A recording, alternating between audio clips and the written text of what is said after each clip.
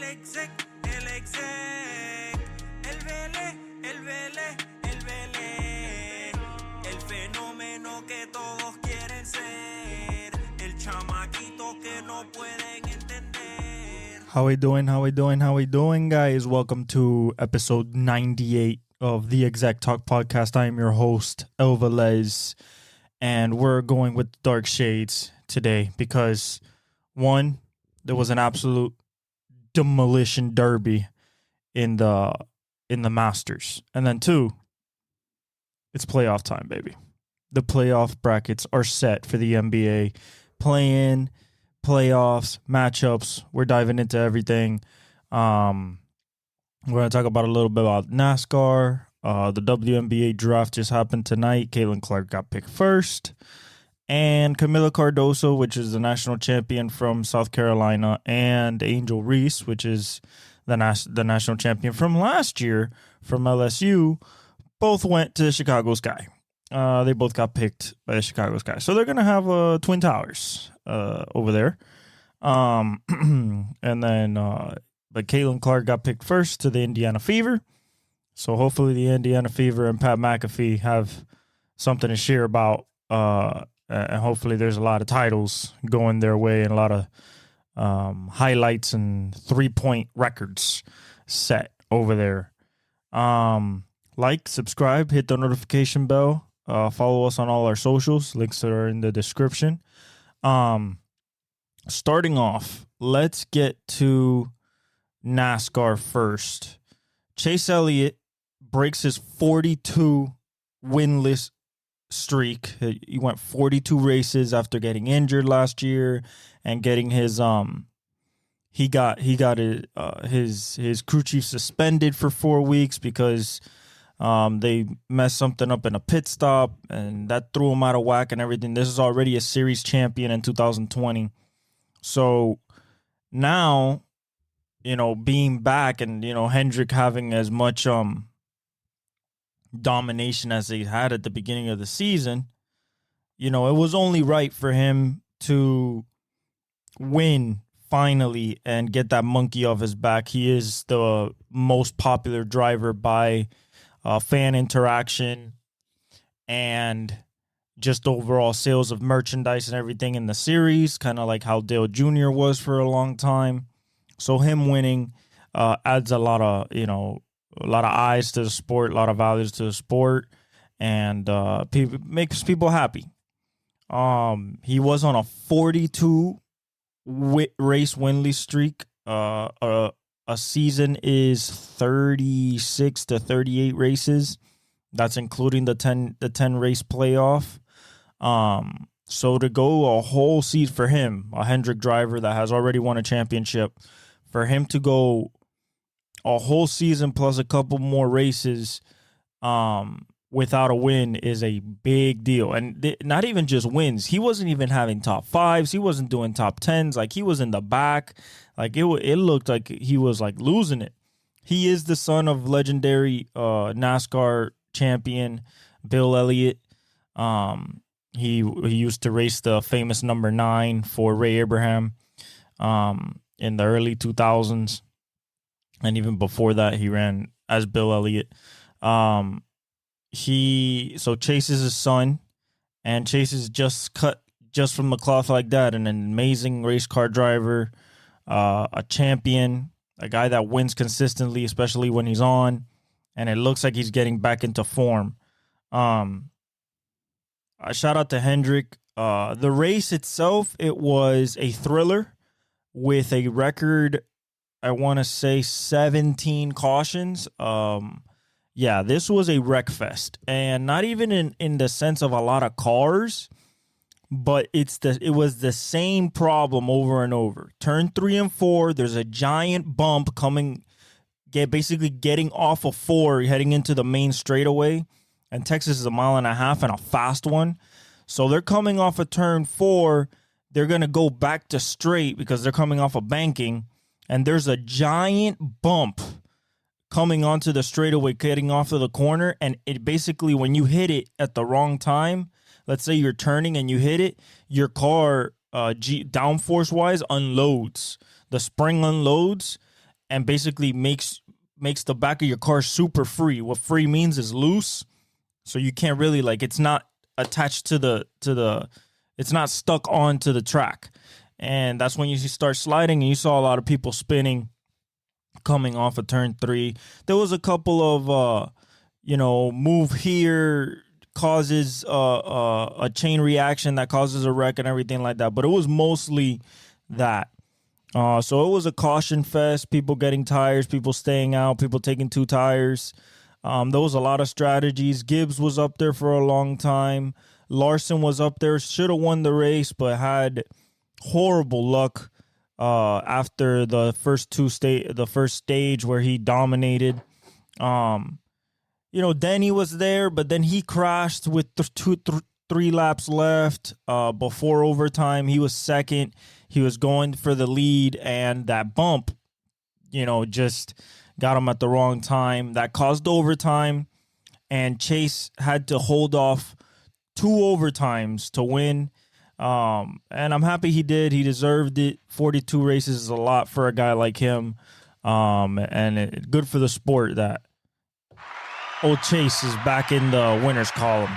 He also in the playoffs, because in NASCAR, you win 1 race and you're already in the playoffs, but only 16 people can make the playoffs. So that brings the fact of like, are you going to have 16 different race winners, which has never happened, or are you going to have multiple guy wins multiple races, and some people have to get in by points and just finishes. And that's the game of getting into the playoffs in NASCAR if you're not winning. All right, so moving on from NASCAR, we had the biggest UFC card ever, according to Dana White. We had UFC 300. The best moment of this pay-per-view by far had to be Max Holloway, Justin Gaethje, a 5-round absolute war for the BMF belt. And for it to end on the last 10 seconds, Max Holloway, as soon as he hears the woods clamping together, that means the 10 seconds, he points down in the octagon, middle of the octagon, points down and says, "Let's go, let's throw down." And they go back and forth.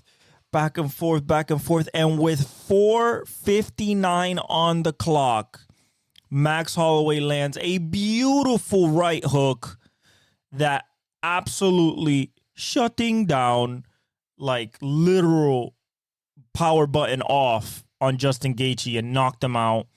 I think it's knockout of the year. I think, it's probably going to go into the Hall of Fame as one, if not one of the best fights, but definitely one of the best knockouts of all time. Max Holloway is probably going to be a Hall of Famer anyway, because of his storied career. Shout out to Justin Gaethje. He fought his ass off. But that knockout, it was so perfect. It was 4:58, 4:59, boom. And it's just like he shutting down. Like, it was beautiful to watch. And I literally got out of my seat. I was like, oh my God, how that happened? UFC classic fan reaction like Joe Rogan. And then after that, we had Pereira versus, I'm blanking on it, Hill. And people thought this was going to be a good fight. I beg to differ. This was not a good fight. This was a complete overmatch by Pereira. Pereira, I said it before, when I saw them walk to the octagon, you can see who's scared, who's prepared for the moment, and who's there, who is deer in the headlights and who is there to kill, as an assassin mode. This is what I come to do. From the walk-up, Hill looked he didn't know where he was at. He didn't realize this was for the light heavyweight championship. He didn't, or for the middleweight championship. He didn't realize it. I think he went in there a little bit too overconfident, not understanding who he was going up against. This is the guy that took Izzy's belt. So to take Izzy out, you need to be bad MFer. And Pereira is. And man, Pereira went in there like an assassin. You saw his face, no facial expressions. Every time, touch gloves, nothing. And I said, it looks like Pereira is about to knock this guy out. And evidently, so Hill lands. They start the fight. They start moving around a little bit. You know, maybe 30 seconds goes by. And then Hill hits Pereira with a low blow. But Pereira then shakes it off. He's like, yeah, all right, whatever.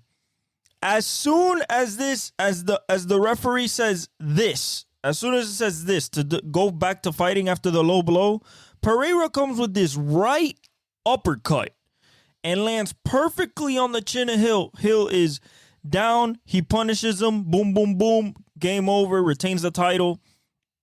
And a lot of bettors that bet Holloway KO and Pereira KO went home happy.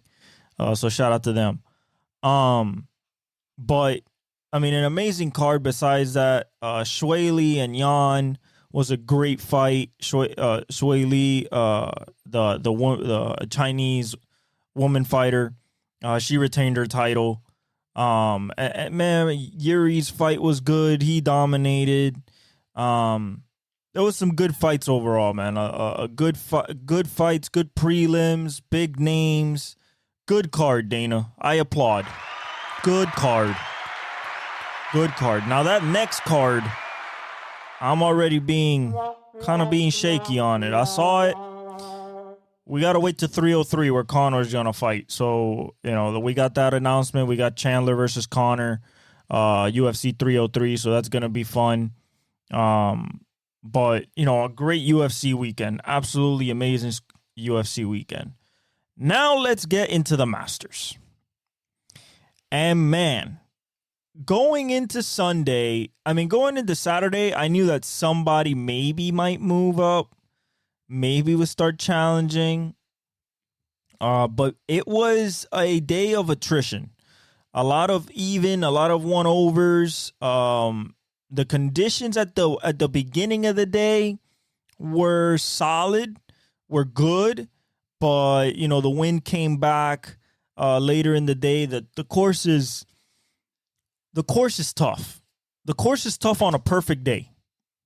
On a perfect day at Augusta, the course is still tough because that's how they created it. The course to be one of the toughest tested in golf, if not the toughest. Scottie Scheffler, Saturday went to -7, went into Sunday with a 1-stroke lead over Morikawa, Homa, DeChambeau. They were in the mix.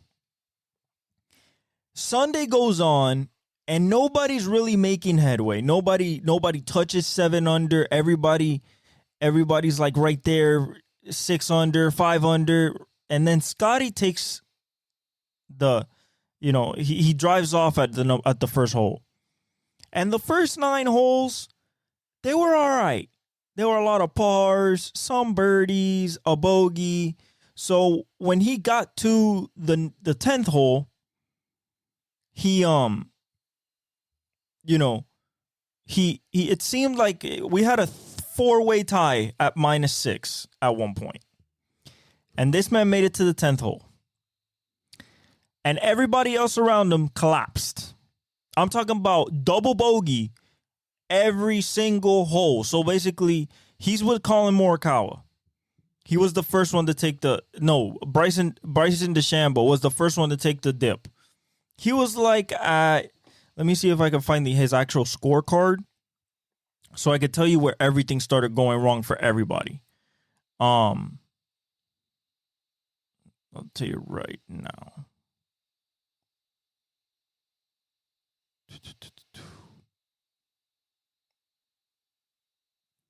So let's go to Bryson.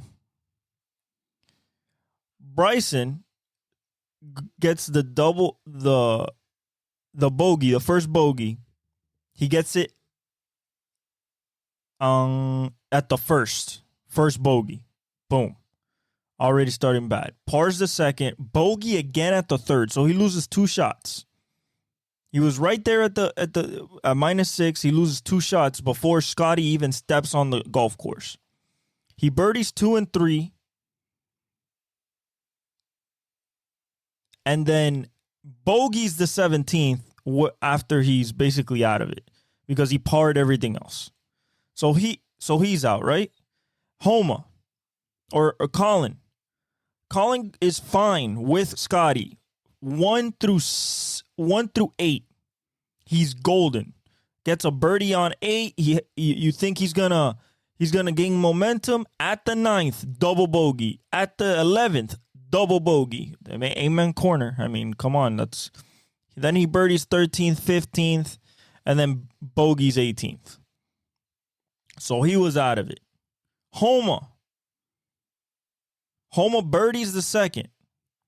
Bogeys the 7th, birdies the 8th, birdies the 10th, which was impossible, then double bogeys the 12th, and then bogeys the 17th.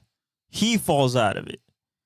Tommy Fleetwood, he was one of the early guys in Sunday that started making a move.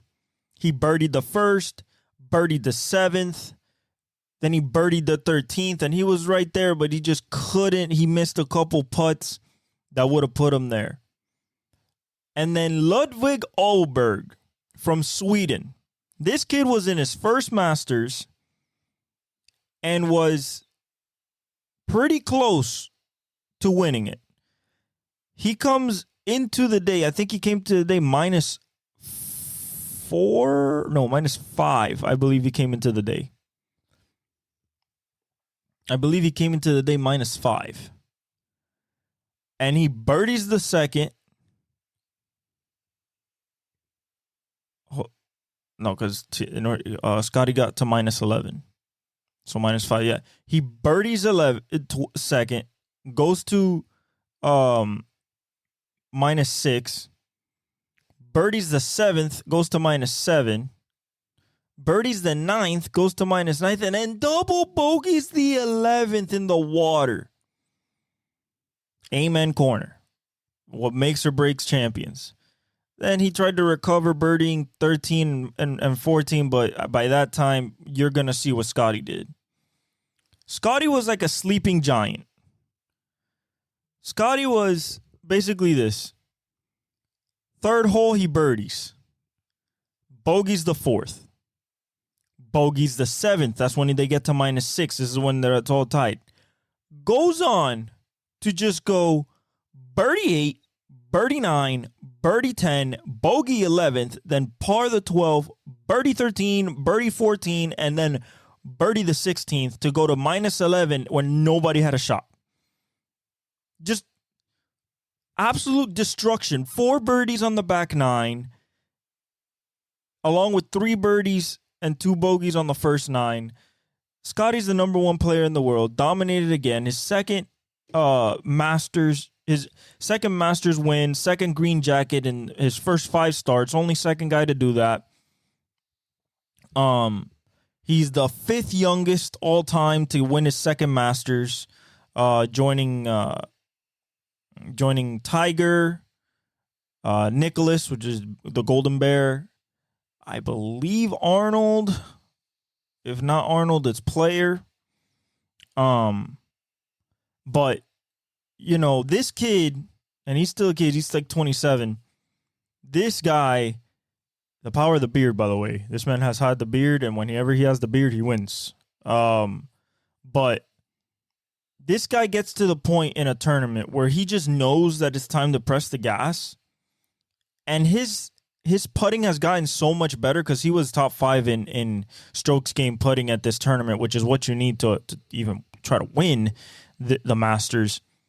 But his putting over the last year has gotten so good because last year the 5-footers killed him in the Masters. That's why Rahm won, because he couldn't sink those 5 to 10 footers that you need at Augusta for pars and for birdies, and never made the big mistake. Bogey, yes. Double bogey, no. Never hit the water. always was on the fairway, never complicated himself. His iron play was immaculate. Immaculate. He had multiple shots on Sunday, iron shots that for the green, just absolute masterpieces at 4 feet, at 3 feet, like from 110, 120 yards out, beautiful drives. He put the pressure on, man. He literally started just putting the pressure on, and he did what nobody else could do. He survived Amen corner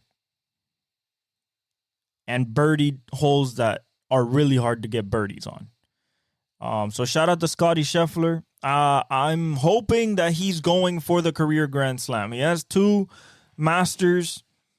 Now he has to compete, actually contend at the PGA Championship, then the Open, and then the U.S. Open. Colin Morikawa was so close. I felt bad for him when he got the double bogey. That basically took him out of it. DeChambeau, I wanted him to win. Oberg was a great story. But Morikawa I wanted to win just because, I feel like he deserves a Masters after having a PGA Championship, and a U.S. Open. But they're all young, so there's always next year. But if Scotty's on this type of tear, man, Scotty's low key like old school Tiger. And Tiger finished 11 over, 17 over. The good thing is he finished the tournament. So shout out to Tiger. You finished the tournament. But man, though Augusta hates you, bro. You have 5 green jackets and Augusta despises you with some disdain because 17 over, bro. Oh my God, that's tough. At least you made the cut and you finished it. You didn't withdraw. So that's good. Hopefully we see you at the PGA Championship, then the US Open, and hopefully even the Open.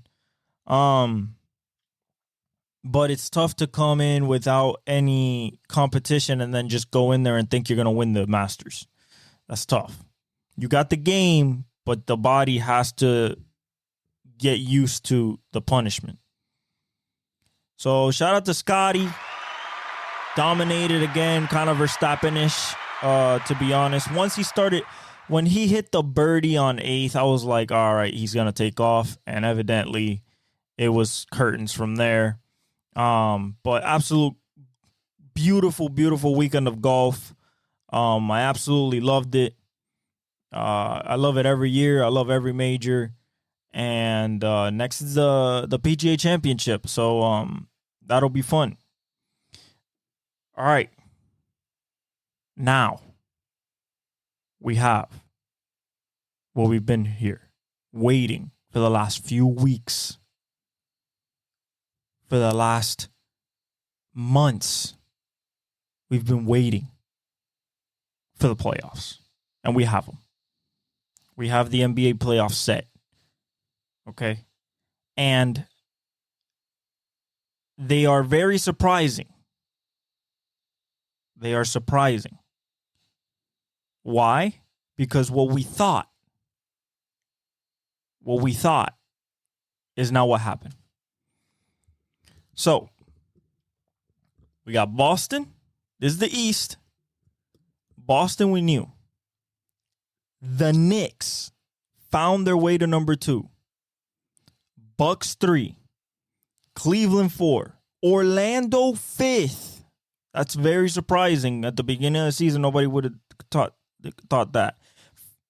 Indiana stays in the playoffs at 6, which is a good result for them. Thinking about the beginning of the year.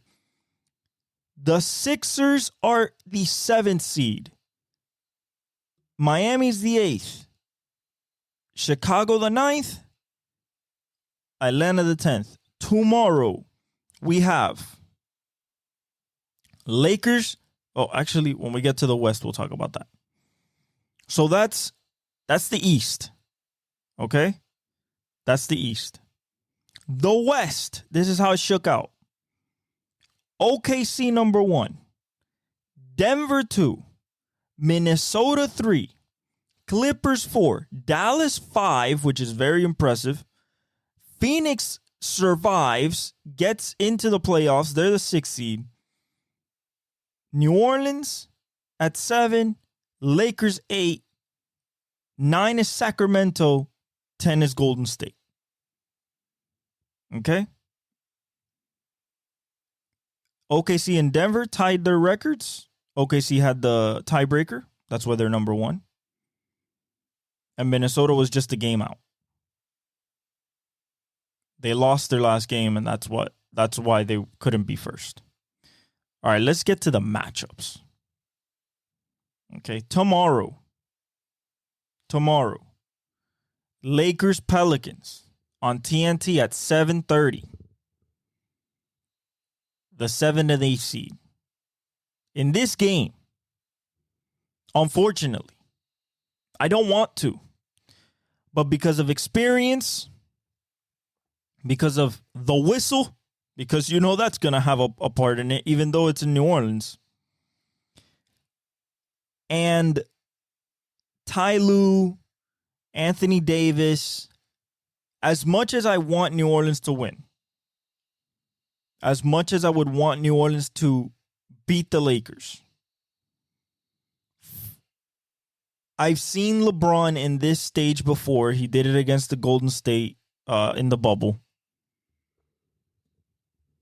If the Lakers lose, I'd be surprised. The whistle, Ty Lue, or not Ty Lue, and I'm not even gonna say Darvin Ham. My bad, not Ty Lue. I was going to LeBron with Cleveland for a second. LeBron, Anthony Davis, and the referees. The only way the Pelicans win this game if they absolutely Trey Murphy and CJ McCollum dominate from 3. Okay, they're just hitting threes, and Zion has open lanes and stuff like that.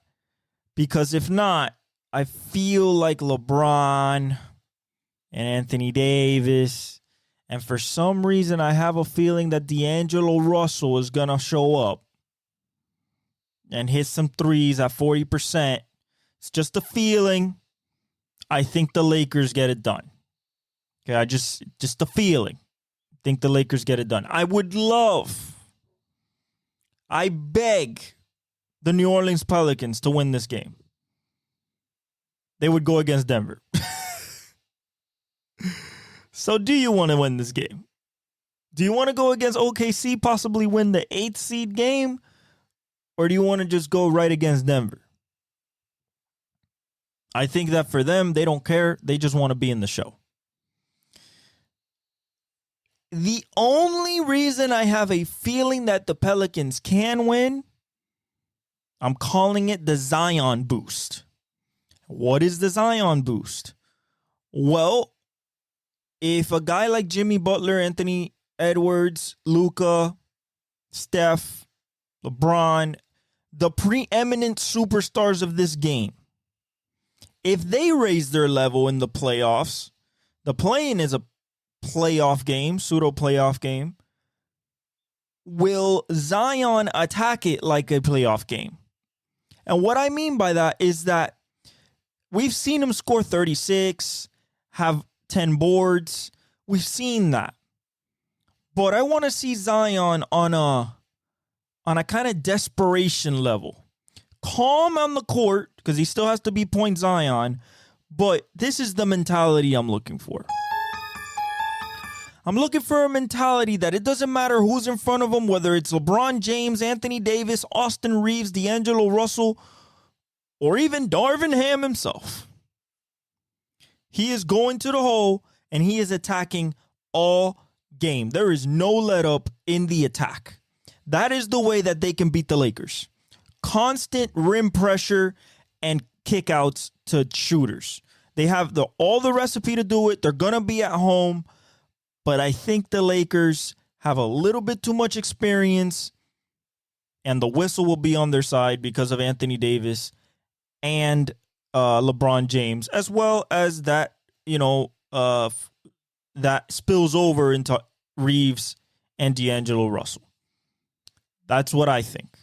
The next playing game is the rematch of last year's round 1 matchup.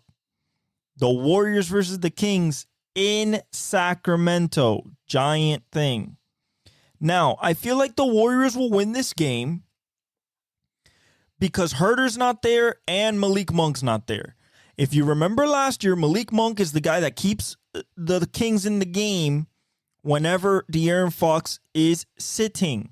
He scored 30 a couple times last year in the playoffs, along with De'Aaron Fox to win a couple games. I think the Warriors, Curry's clicking. Klay looks like he's playing better than he has in the last 2 years. Kuminga is a revelation. He should step up his game. I think he's been in enough playoff moments, has won a championship, seeing what it takes. I think that he won't be a deer in the headlights. The only question I have is Pods and Moody. And more Pods than Moody, because Moody has also seen this team win a championship in 2022 and has seen what it takes. Pods is a rookie, so he's going to be in like the Christian Braun role last year for the Denver Nuggets. I think he'll be fine just because of the way he plays. He's very unselfish. He likes dishing the ball. He'll take a three. He'll make a cut, to lay up or take a floater, and he plays good defense. So I like Pods. I don't think that I think he's a smart player. I don't think that he will cause any friction. The X factor for this game and also for this run for the Warriors will be Andrew Wiggins. If Andrew Wiggins plays like Andrew Wiggins has in 2022, in the playoffs especially, the Warriors can make a surprise run. However, if he cannot shoot 37, 8-ish from 3, and I know his defense will be good, but he has to be absolute lockdown defense, Andrew Wiggins. I like Kuminga. I like the rest of the team. Trace Jackson Davis as a rookie is also a little bit of a question mark, but I think because of the way he plays, I think that getting rebounds and going for lobs, I think that that tailors for this type of basketball. So I think he'll be fine as well. I really want to see what Curry does, if he's going to go nuclear every game, or if Klay and him are going nuclear every game. The Warriors in playoff mode is different. You got to take them seriously. If not, they'll punch you in the mouth.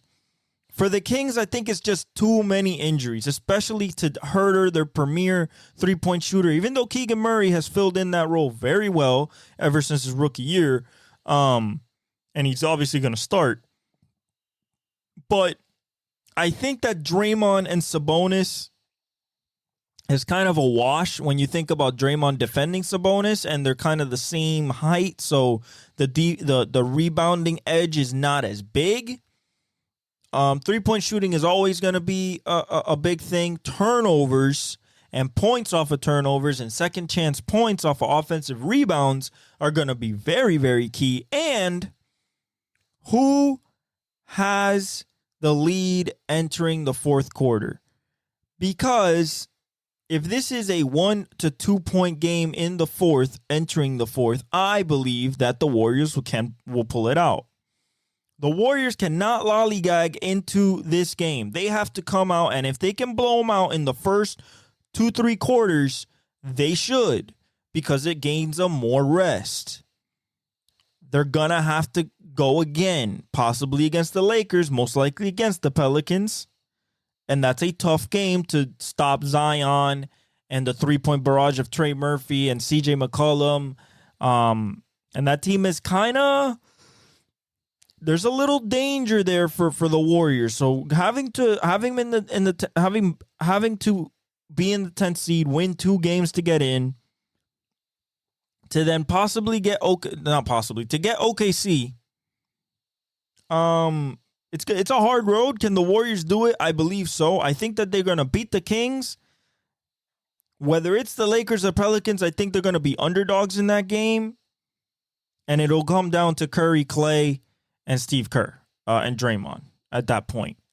If it's the Lakers, man, it would be bad to repeat what happened in 2021. No, 2022. It would be bad to repeat that. No, not 2020. 2020, the bubble year when LeBron hit the game-winning three. Yeah, it would be very, very bad for the Warriors, Curry's legacy, that whole team, to be so close to the playoffs and then get knocked out by the same people that knocked them out a couple years back. And then the Lakers face the Oklahoma City Thunder, where, unfortunately, the whole media and how they're going to see it, the favorites are going to be the Lakers in that series because of LeBron, Anthony Davis, the size, and the refs. Because best believe the Lakers refs are coming for the playoffs. That's that secret third team, that secret second team that you're facing out there whenever you're facing the Lakers. After that, we have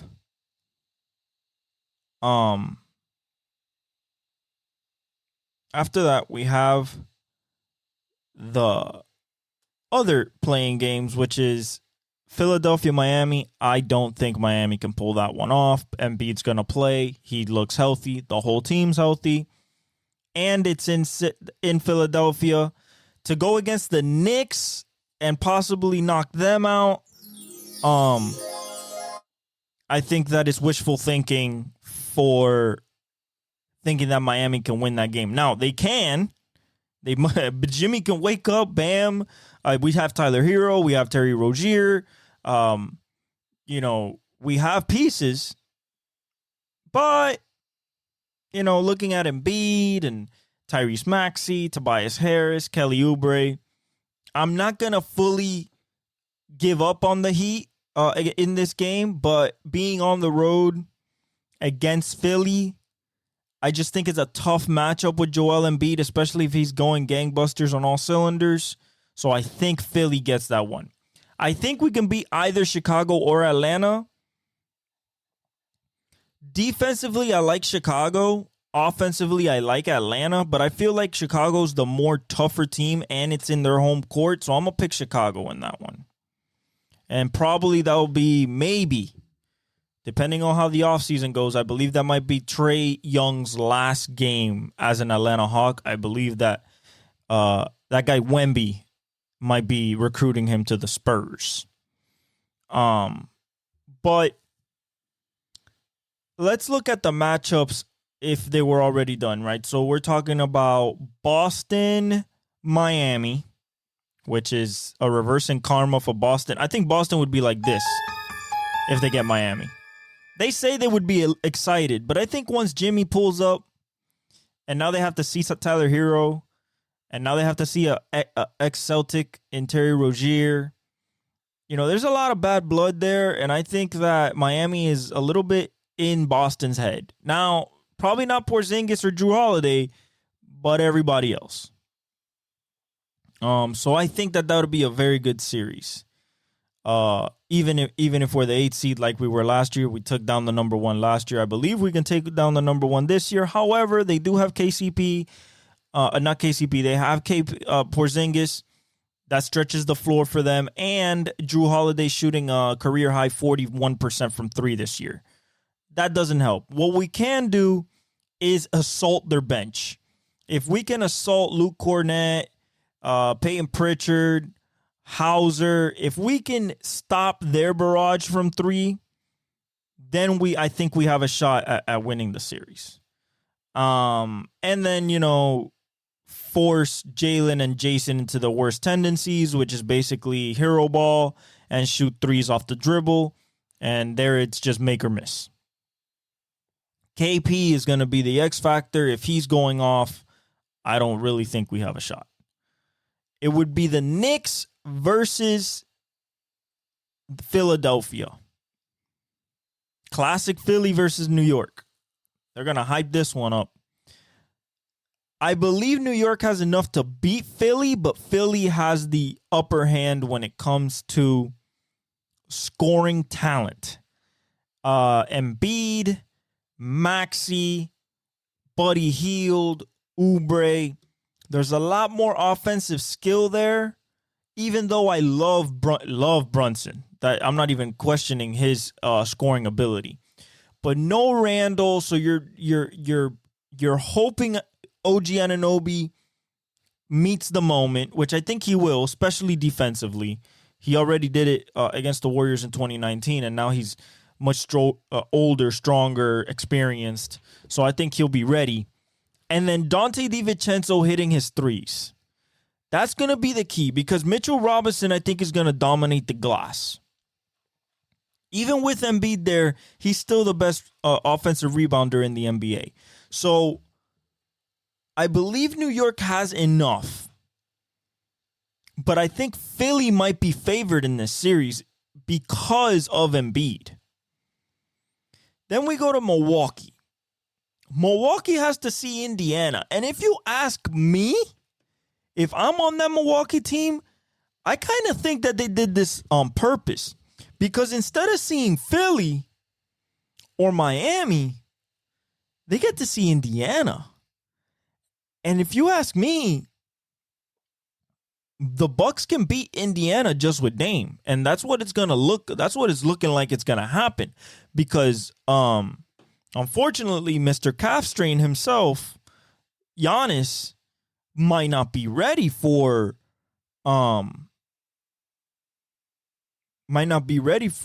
the first round. And it's kind of tough. It's iffy right now. You know, according to Shams, The Athletic, there is real doubt that Antetokounmpo will be ready for game 1 against the Pacers on Sunday. That means he won't be there. You know what that means to me? What that means to me is that Dame Lillard is going to show up like this. And that's how he should show up. Why? Because that's why they got him here. No Giannis? Fine. Let me score 35 to 40 and still win game 1 at home. Because if they don't win game 1 at home, it becomes very tough uphill. You know, even though it's the Pacers, they haven't been there in a long time. You know, they haven't been there before. Tyrese Halliburton's first playoff experience. Aaron Naismith. I mean, basically the whole Obi Toppin, even though he was with the Knicks last year.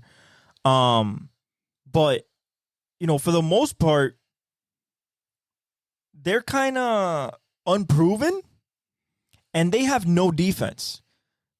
And the Bucks, if they can find their defense, and we know Giannis is going to be tough because I think that would be Damian Lillard, maybe Patrick Beverley, because they were starting him with Damian Lillard, but it could be Baisley, Lopez, Bobby Portis, Chris Middleton. With Damian and Chris Middleton, you should be able to win this series. Giannis is going to come back in the middle of the series. So you're still going to have the boost of having the 2-time MVP and finals MVP. But that first game, I think it's very important for Dame to get in his psyche that for them to be able to win a championship this year, he has to be aggressive. He has to be Damian Lillard. He has to be the same guy that he was in Portland. Be aggressive. Take those shots. Make them. Make the defense feel you so Giannis has more opportunity to just cut up the paint. It's going to be a very interesting series. Then you got Cleveland versus Orlando. Interesting series. Two very, very defensive-heavy teams. One was in the playoffs last year, got bounced in the first round. The second one hasn't been in the playoffs for a long time. Okay? Young Orlando team, scrappy. They're going to be on the road. However, if you think about it,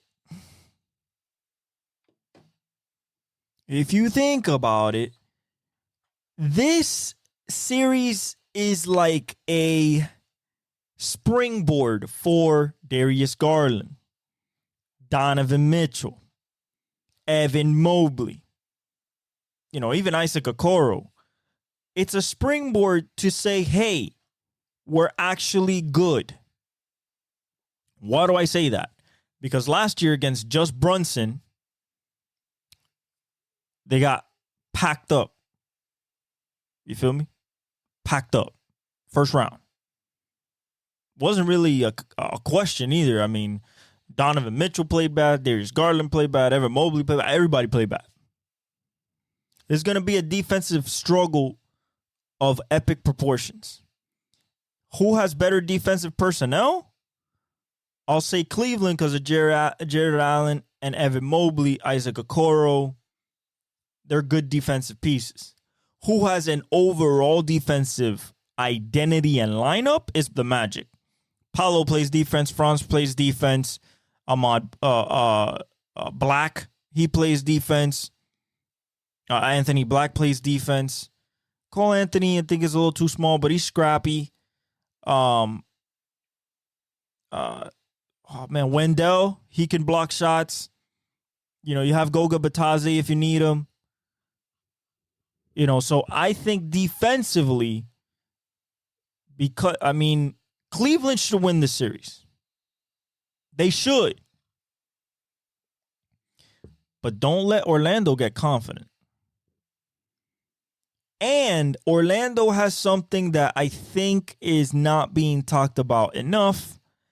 And that is the fact that I believe that Paolo and Franz Wagner are two of these dudes. Especially Paolo. I feel like Paolo is one of those guys that we're going to talk about in 5-6 years, and this guy's dominating. He's one of those guys in the East, dominating.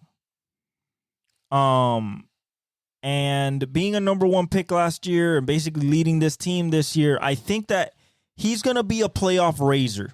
It's his first playoffs, just like Shea, so I don't want to put too much on him, but I believe that he has it in him because he did it at Duke to play at a elite level in the playoffs. He has the body. He's 6'10", can shoot like Carmelo, put the ball on the floor, can pass, defend.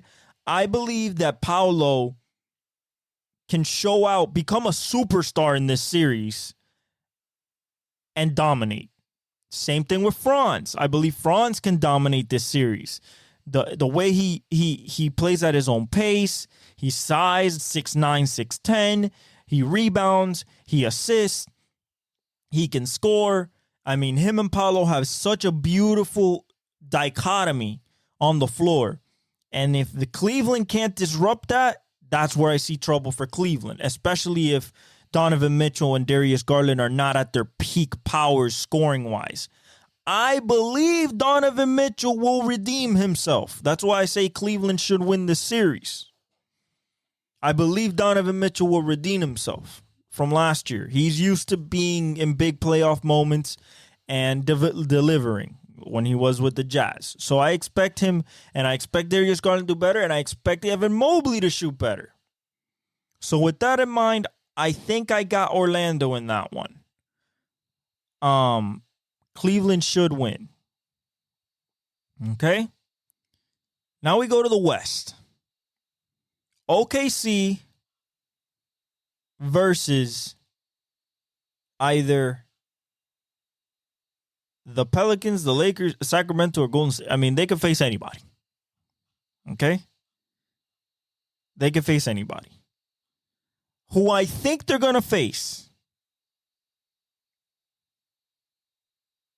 is Golden State. I think Golden State's getting out of the play-in. I think it's the Lakers and Golden State. Now, does that mean that Golden State has a shot against OKC? Absolutely. Now, I'm not being extra confident about that. I'm saying absolutely because of the championship pedigree and the experience.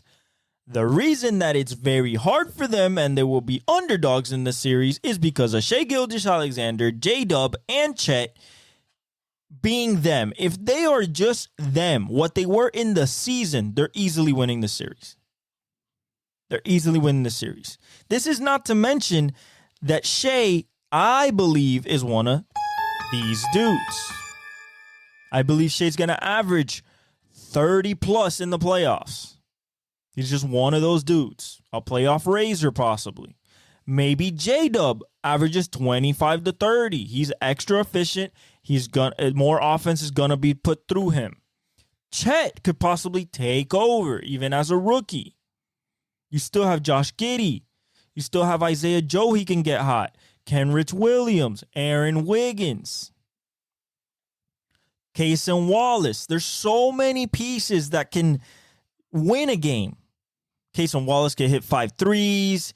Kenrich Williams could hit some threes. Isaiah Joe could hit 8 threes. And that's not even mentioning SGA, J-Dub, and the other Jalen Williams, the one from Arkansas. So, do I feel like Golden State has a chance? Yes. The chance is that Curry turns into Curry. That Curry's Curry. 35 a game, 40+% from 3, 62% true shooting, just unguardable, unstoppable playoff Curry. And if that happens, then Klay has to come along and be a 25-point scorer, and Wiggins has to be at least a 20-point scorer, and so does Kuminga.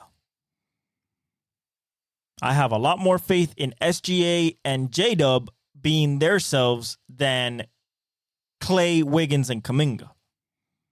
I know what Curry's going to give me. But the key for the Golden State Warriors, most people would say, oh, it's Draymond. Oh, it might be Kuminga. It is Klay Thompson. If Klay Thompson is shooting like Klay Thompson, the Warriors are so difficult to beat even now.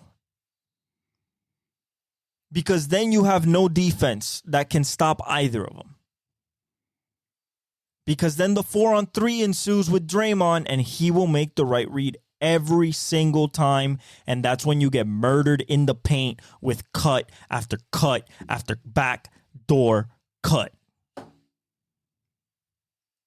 And then when it turns into a one-on-one-ish, you kind of have to defend him. You don't have the dudes to do it. Or the lead. Remember the Warriors' magical third quarter runs when they were winning championships? I think those runs are still there. I think that team is still there. And to be able, especially in the play-in, but if they make it through the play-in and they get to the playoffs, to see that again, Steve Kerr, Curry, Klay, I believe that there's something for guys like LeBron and Curry and Kevin, but LeBron and Curry especially. If you just give them a shot, I'm talking about just like knowing that they're in the dance and they can try to go get it. They have an equal shot than anybody to go get another Larry O'Brien. I feel like there's something inside those dudes at ultra competitive Mike Kobe-esque type of just fire that burns inside them once they're in the playoffs, that they are just giants to kill. Giants. And I think for a young OKC team, that's going to be tough. Because Curry in the playoffs is a different type of dude. It's a different type of sport. It's a lot more physical. Can SGA take the punishment? I believe he can. He's been going to the line like 12 times a game. That doesn't bother me. J-Dub is plenty big enough. Chet's the issue. That's the can he bang with Draymond? Can he bang with Trace Jackson Davis? He can shoot the 3. That's going to be an X factor. But then again, this series is going to come down to turnovers, offensive rebounding, points off turnovers, second chance points, and fourth quarter execution. But I think it's going to be a good series. If that's the one we get. Denver versus the Lakers. it might be a sweep. It might be another sweep. Even with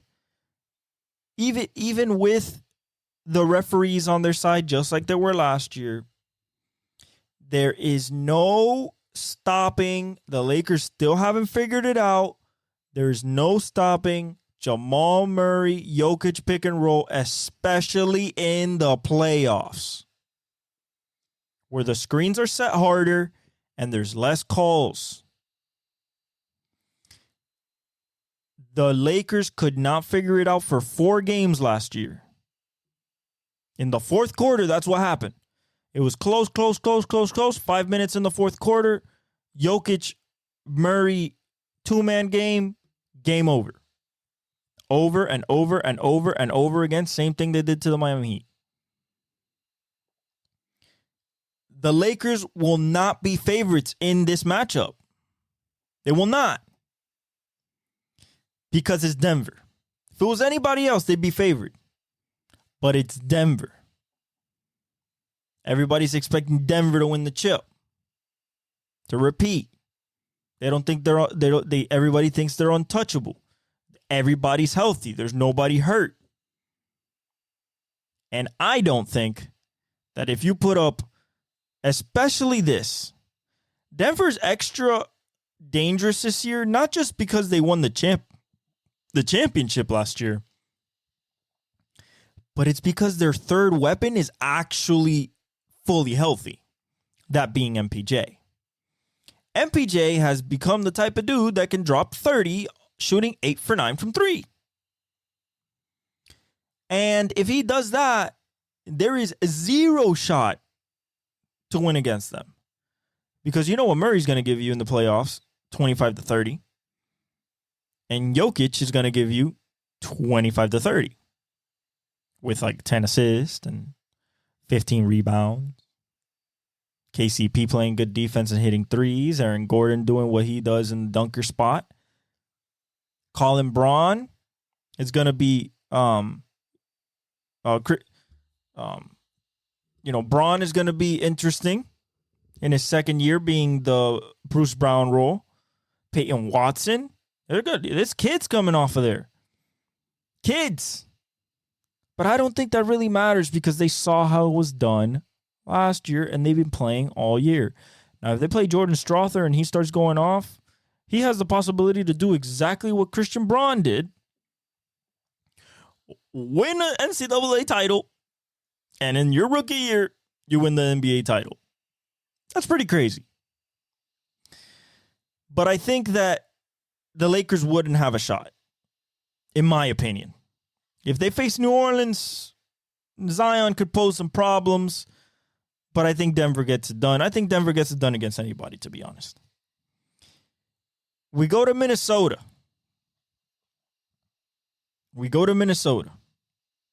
Against Phoenix. This is literally gonna be the best defense in the NBA versus probably the most potent 3-man lineup in the NBA when it comes to offense. What are we going to see in this series? One of 3 things. Anthony Edwards become an absolute legend, averaging 30 plus, shooting efficient splits and taking over games. Rudy Gobert, Karl Anthony Towns, Jaden McDaniels, Nickeil Alexander-Walker, Naz Reid, Kyle Anderson, all show up defensively and keep that standard of the number 1 defense in the NBA. Or Kevin Durant, Booker, and Bradley Beal are just going to go ham and average 25 plus apiece and destroy the Minnesota Timberwolves. That's the 2 things. It could be a defensive absolute war, which Minnesota is tailored to win. Or KD, Booker, and Beal can come out gangbusters, hit everything, and shoot them off the floor. It is in Minnesota. They've been playing well in Minnesota. They're at home. They are 30-11. don't want to face his kids at home.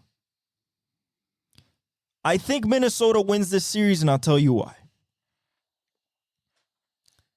I think this is the beginning, even though I think we saw it a little bit last year. We saw a glimpse.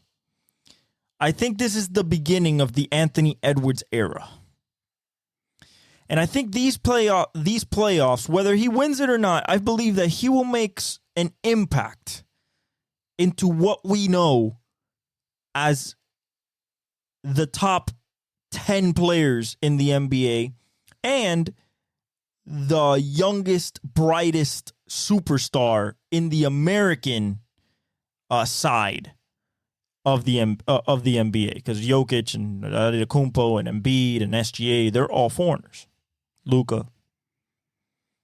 That's why I think Minnesota can win this series and possibly will. Another thing, Suns bench ain't nothing. Wolves bench very good. Rebounding. Gobert's a monster rebounder. You still have Karl Anthony Towns. Jaden McDaniels can rebound. So can Anthony Edwards. Rebounding is going to be key. Turnovers. Number one defense in the NBA. Cause a lot of turnovers. And shot selection. Who's going to be the dumb one? Who's going to think about hero ball first? Is it going to be KD? He can shoot over anybody. It's not really hero ball for him. But is it Devin Booker dribbling too much? Is it Bradley Beal dribbling too much? Is it too many threes being taken? Too many jump shots not going to the rim? On the other side, Anthony Edwards, are you taking fades for no reason? Attack the rim. This is the playoffs. You're going to get fouled. You're going to get hit. Attack the rim. That's all you got to do. If you attack the rim, you'll win this series. Because you're going to go to the line. They have to foul you. If not, you're going to dominate the paint. Karl Anthony Towns, you need to hit the threes. You need to hit your threes. So does everybody. Nickeil Alexander-Walker, Naz Reid. You all need it. Chris Conley. You all need to hit your threes. Because you're going against a potent offense. Not a potent defense. You're going against a potent offense. Now, you have a potent defense with a so-so offense. But you have the ultimate X factor, that being Anthony Edwards. If Ant averages 30 plus, I believe Timberwolves win this series. If he's under 25 or 28, that's a tough one, because then he has to rely more on Cat. And Cat has to show up in the playoffs. So does Rudy. So it'll be a good series, but I think Ant is going to show why he's the next face of the NBA. Lakers, Dallas. I mean Clippers, Dallas. Excuse me. Woo. Clippers versus Dallas. I'm picking Dallas in this matchup, and I'll tell you why. There is zero way to stop Luka in the playoffs. That was 2 years ago. What he did to the Suns. But what if I told you there is zero way to stop Luka and Kyrie in the playoffs with Daniel Gafford on the team, PJ Washington, Josh Green is back. You have Tim Hardaway Jr., Derrick Jones Jr. Okay? That is going to be a very tough task for the Clippers. I know what Kawhi is going to give me. What is PG going to give me? What is Harden going to give me? What's Russell going to give me? What's my bench? Is Norman Powell's going to be the same? Is Terrence Mann going to be the same? Amir Coffey going to be the same? Zubac? That's the question. I don't question what Luka's going to do, and I don't question what Kyrie can do. I've seen it, especially in the playoffs. They are playoff risers. PJ Washington, Daniel Gafford, that will remain to be seen, but I like the team. I know what Kawhi's going to give me. I got PG as a question mark, although I expect him to do good, and I have definite question marks about James Harden. I don't worry about Russ. He's going to give you the energy, and he's shown up in the playoffs before. But is the team going to show up completely, or is it going to be just Kawhi? Is he going to be healthy? That's another thing. Are they going to be healthy? They're healthy right now. Can Kawhi play every single game? All those factors tell me that Dallas is on a hot streak. Another thing, Dallas is the ultimate dark horse. Dallas, I believe, is the most prepared to win a championship out of all the dark horses besides Miami. I think Luka has learned everything. It is time for him to ascend. He has Kyrie. That's why they brought him there. They made the trade. They went all in. Defensively, with Derek Lively, that's the only X factor. Can he perform to his standard as a rookie? Other than that, they have everything else. They need to shoot the ball well, which they should. They should be able to. And not be in close games. Even though Kyrie and Luka are the best fourth-quarter scorers in the NBA, especially in crunch time. But against the Clippers, you don't want to be in a close game in the fourth quarter because Kawhi is locked down. So is PG. They could put Russ in there, and then you have a three-headed backcourt of just annihilation defensively. Along with Terrence Mann and Amir Coffey and Zubac at the rim. You really don't want that. So I think Dallas will be the favorite in that, and I think Dallas can pull it off. So those are your matchups. Okay? Very excited by it. Can't wait. We start up tomorrow with the play-ins. Hopefully the Lakers lose. Probably not, but, one can hope.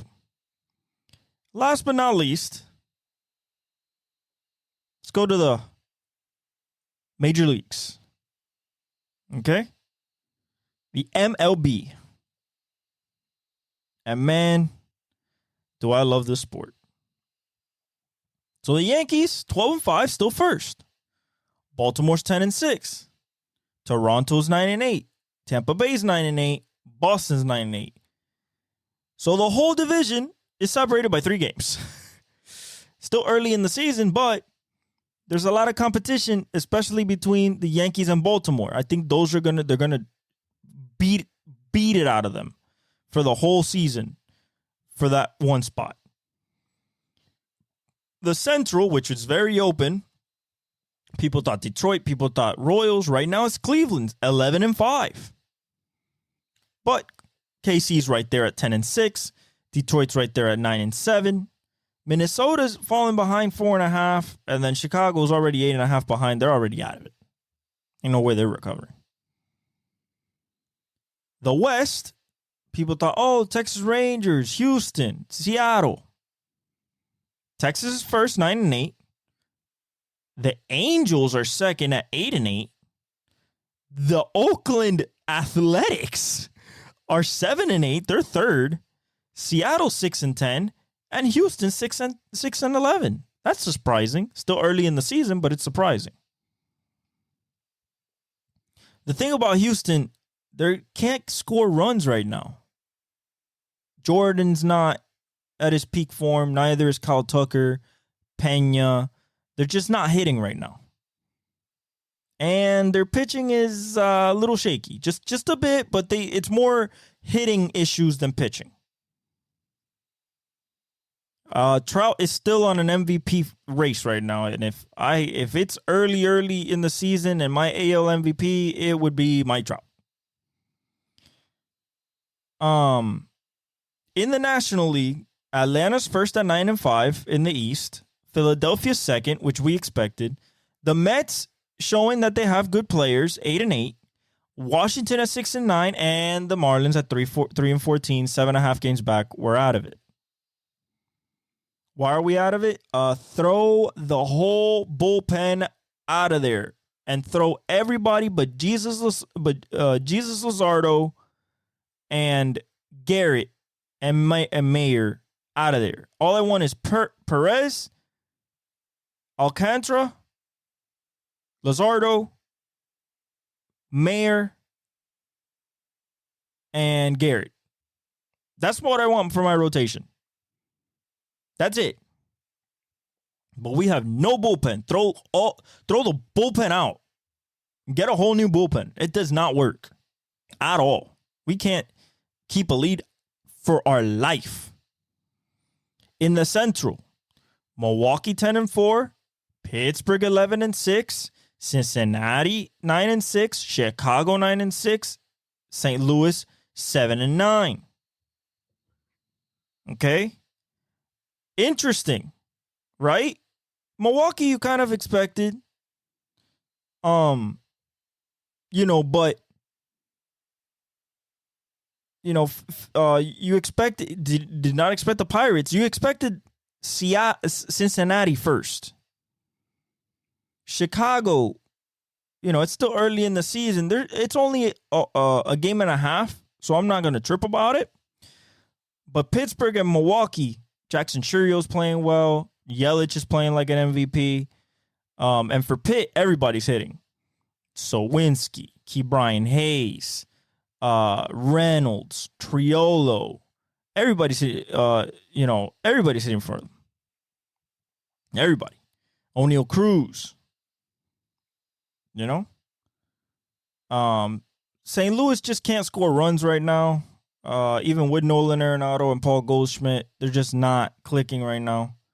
And in the West, you have 11-7 Los Angeles Dodgers. Expected, right? Arizona 8-8. They're second.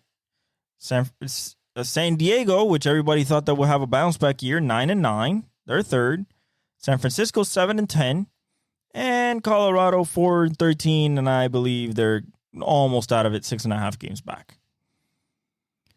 Players that have impressed this year or have caught my eye that they're pushing for something. For the Yankees, it's Juan Soto. And Volpe, Anthony Volpe. Soto wants an MVP. Soto also wants another World Series ring. Baltimore, Corbin Burns, Gunnar Henderson, and Grayson Rodriguez. Love what they're doing over there. Toronto, it's Barrios, La Máquina, and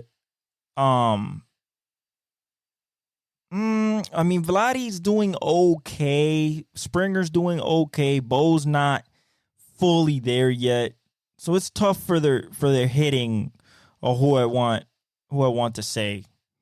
Tampa. I like what Ryan Pepio's doing coming from the Dodgers. Ryan Pepio. I like his pitching. Rosarena hit a bomb.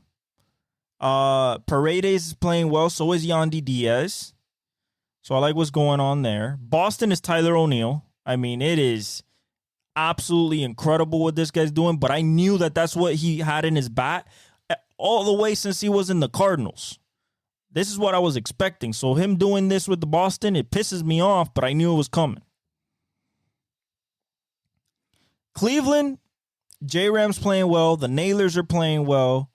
Andres Jimenez is still a beast with the glove. Kansas City, Salvador Perez hitting bombs and being good, chubby, but still hitting the ball. Bobby Witt going for the MVP. He looks incredible. MJ Melendez is playing pretty well. Vinny coming back has played really well. And Cole Reagans is an absolute animal on the mound. I love that dude. And dark horse Cy Young candidate there for me.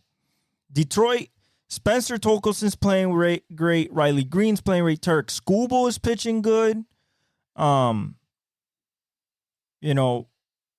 Baez is playing good defense. Still hasn't figured out with the bat. Hit a home run.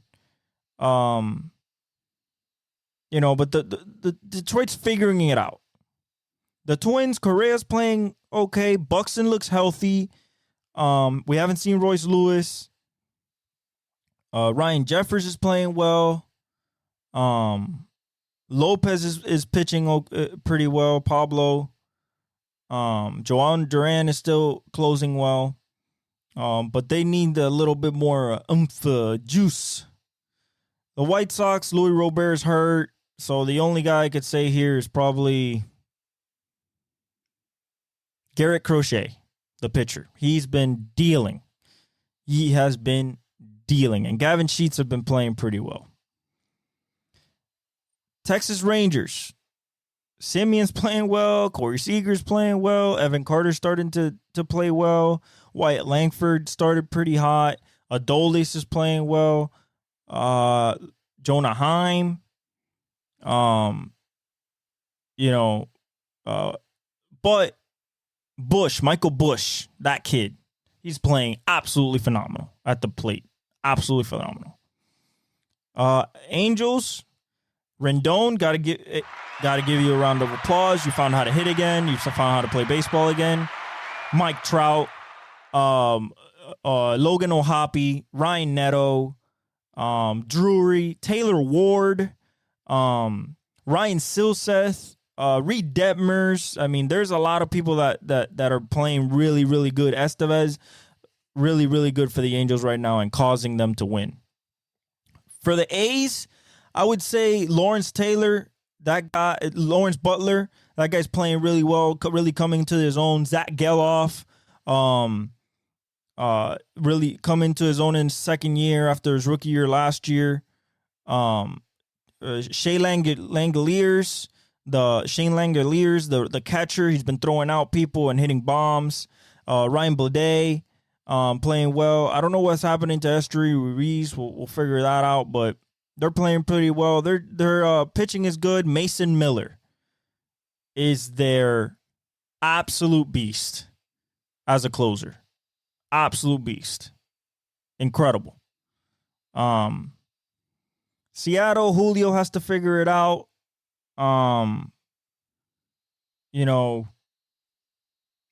Philly, Bryce is playing well. Trey's playing well. Real Muto has to figure it out a little bit. But they're playing pretty good. Kyle has to figure out a little bit. The Mets, Pete's playing well. Beatty's playing well. McNeil's getting back into form. So is Lindor. Alvarez is playing well. Washington, I love CJ Abrams. Love Mackenzie Gore. Lipscomb, the rookie's playing good. Lane Thomas is playing well. I hope that they bring Dylan Cruz up pretty quick because they need to. Miami, I want to say somebody. Max Meyer. That's it. Max Meyer. Maybe Jesus. Josh Bell. Jake Berger. Jazz is not doing nothing still. Unfortunate. Arias is not the same guy he was last year. So yeah, there's not much to write home about. Milwaukee, Fastball Freddie Peralta, Jackson Churio, Christian Yelich, Willie Adames, Wilson Contreras. I mean, you go down the line, Abner Uribe, their closer. You go down the line, they've been doing absolutely incredible. Pittsburgh, O'Neal Cruz, Triolo, Keller, pitching wise, Garrett Jones, that new kid, that they gotta bring up. Paul Skeens, Reynolds is hitting well. Brian Hayes is playing well. So yeah, I love what Pittsburgh's doing. Cincinnati, Ellie's playing great. So is India, Fairchild, Fraley, he's playing well. Encarnacion Strand. Cincinnati's looking good. Hunter Green has to get better. Lodolo had a good start.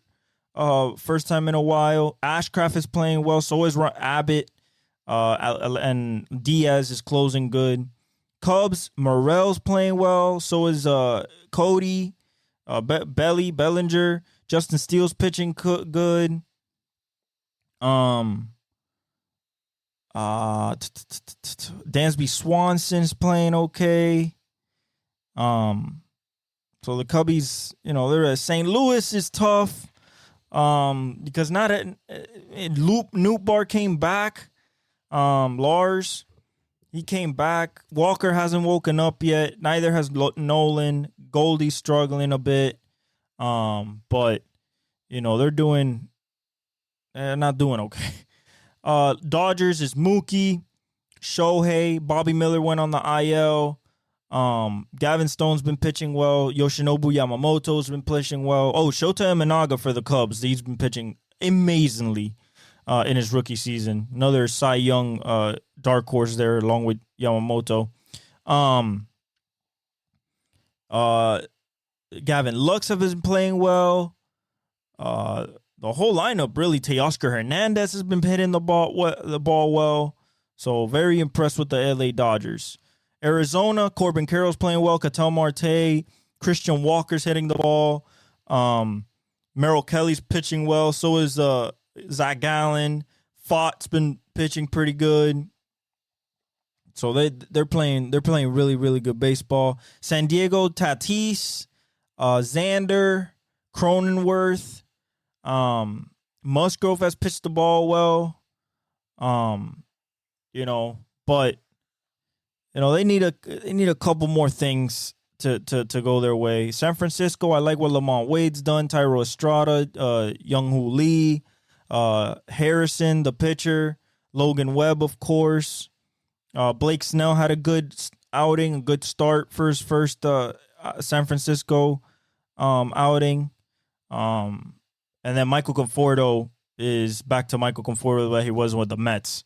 So very good. And then finally for Colorado, Nolan Jones playing well. Ezekiel Tovar playing well. Ryan McMahon playing well. Just no pitching, basically. But, pretty good bats.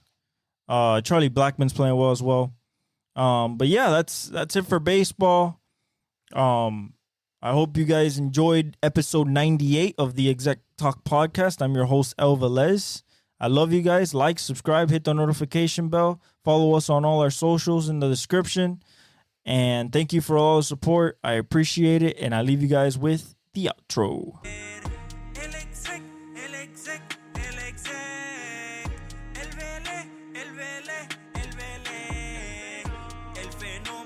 Que todos quieren ser el chamaquito que no puede